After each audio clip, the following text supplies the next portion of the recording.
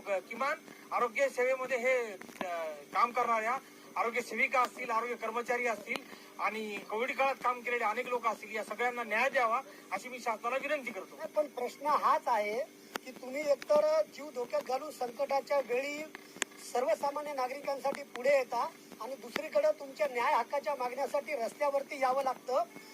वाईट वाटतं का? वाईट वाटतं ना सर, कारण काय आमच्याकडे जे रेग्युलर कर्मचारी आहेत त्यांना जे दिलेलं जे मानधन असतं ते वेगळं असतंय. कंत्राटी कर्मचाऱ्याला कोणत्या सुविधा नाही, मानधनही कमी आहे. त्याच्यानंतर ग्रामीण भागामध्ये जे आमच्या आरोग्य सेविका उपकेंद्र स्तरावर ज्या सेवा देतात त्यांच्या व्यथा एवढ्या आहेत की तिथं त्यांना जाणं येणं असो किंवा राहणं असो किंवा आणखी काही कौटुंबिक खर्च असतील, आजारपण असेल, अशा अनेक अडचणींना सामना देत आम्ही ही कोविडमध्ये सेवा केली, अजूनही सेवा करत आहोत आणि पुढे देखील आम्ही सेवा करू.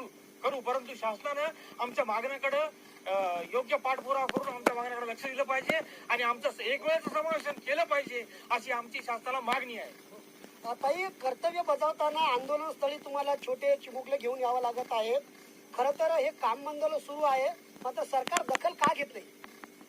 तोच आमचाही प्रश्न आहे सगळ्यांचा की आम्ही कोविड काळात पण एवढी म्हणजे घरची पर्वा न करता, कुटुंबाची पर्वा न करता सगळ्यांनी आमच्या जीवाची बाजी लावून लहान लहान मुलं घरात असताना त्यांना सोडून येऊन ड्युटी केलेली आहे, आपलं कर्तव्य बजावलं आहे. आमची शासनाला एकच कळकळीची विनंती आहे की आम्ही जेव्हा आमच्या परिवाराचा विचार न करता आमचा जीव धोक्यात घालून एखाद्या तुटपुंजा पगारीवर आम्ही नोकरी करू शकतो. फक्त 20,000 रुपये मानधन आम्हाला महिन्याला दिलं जातं आणि त्या 20,000 आमचं जे कुटुंबाचा उदरनिर्वाह आहे तो उदरनिर्वाह पण योग्यरित्या पार पडू शकत नाही. आम्ही घराचं भाडं देऊ शकत नाही किंवा लेकरांना जे आहे जे चांगलं त्यांच्या याच्यानुसार शिक्षण द्यायला पाहिजे आम्ही ते देऊ शकत नाही आम्ही.